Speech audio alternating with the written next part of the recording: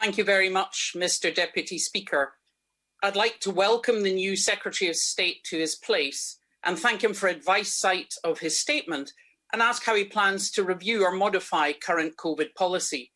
The management of any epidemic is actually not rocket science, but infectious diseases 101, avoiding the importation of dangerous variants through border control and quarantine, and stopping the virus spreading from one person to the next.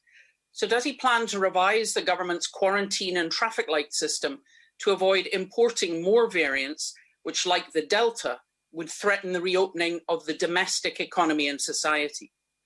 On Friday, the National Audit Office released a report on the NHS test and trace system, which didn't quite get the media coverage one would have expected.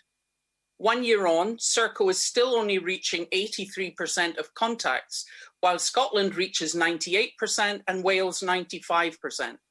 Both of them have used public health and health protection teams from the start.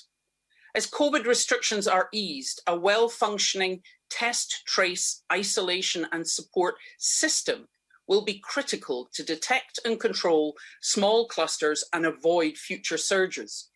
So instead of awarding Serco a new contract for over £300 million, should the opportunity not be taken to reform the system? In particular, it's only isolation that stops the onward spread of the virus. But while the £500 isolation payment is welcome, it's less than the minimum wage, and many are excluded by the eligibility criteria.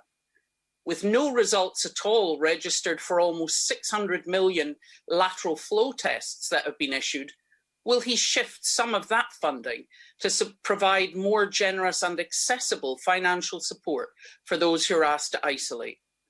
While vaccines are reducing the likelihood of hospitalisation, cases are rising exponentially.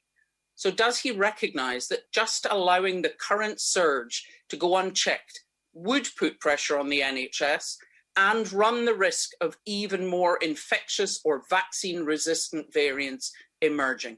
Thank you. Thank you, Mr. Deputy Speaker. The Honourable Lady, first of all, she talked about the importance of border control, and of course she's right to do so, and that is exactly why the government has put in place already the so-called traffic light system, working across government with Home Office, with Border Force, and of course this department and Transport and others.